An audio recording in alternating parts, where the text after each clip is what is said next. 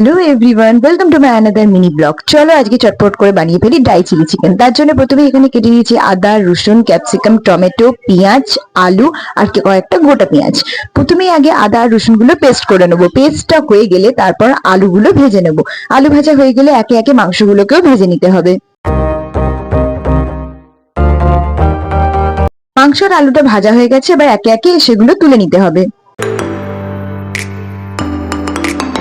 মাংস আর আলুটা ভাজা হয়ে গেছে, এবার কড়াইতে তেল গরম করে তাতে দারচিনিটা দিয়ে দিলাম। দারচিনি দেওয়া হয়ে গেলে আদা রসুনের পেস্টটা দিয়ে ভালো করে ভেজে নিতে হবে। ভালো করে এটা ভাজা হয়ে গেলে তাতে দিয়ে দিলাম পেঁয়াজ কুচি।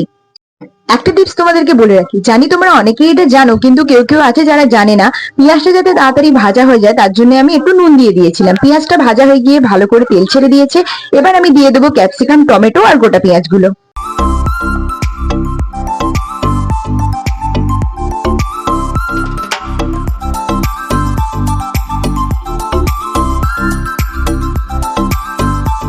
তারপর স্বাদ অনুসার একটুখানি চিনি দিয়ে দেবো, অল্প একটুই দেবো। তারপর পেস্টের বাটিতে অল্প একটু জল নিয়ে লঙ্কা গুঁড়ো, হলুদ গুঁড়ো আর মিট মশলা দিয়ে ভালো করে এটাকে মিক্স করে নেব। ও হ্যাঁ, মিট মশলাটা কিন্তু পুরোটাই দিয়ে দিতে হবে। মিক্স করা হয়ে গেলে সেটাকে এবার দিয়ে দেবো হচ্ছে কড়াতে।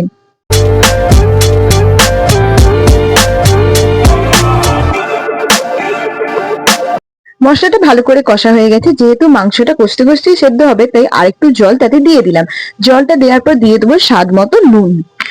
নুন দিয়ে দেওয়ার পর আগে থেকে ভেজে রাখা মাংস আর আলুগুলো দিয়ে দেবো, দিয়ে ভালো করে কষে নেব।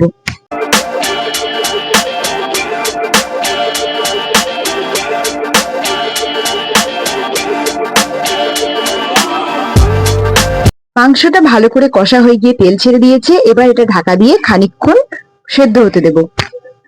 তো ফাইনালি রেডি হয়ে গেছে আমাদের ড্রাই চিলি চিকেন। এরম ভিডিও আরো দেখতে আমার চ্যানেলটাকে সাবস্ক্রাইব করে রাখো আর ভিডিওটাকে একটা লাইক করে দিও। টাটা।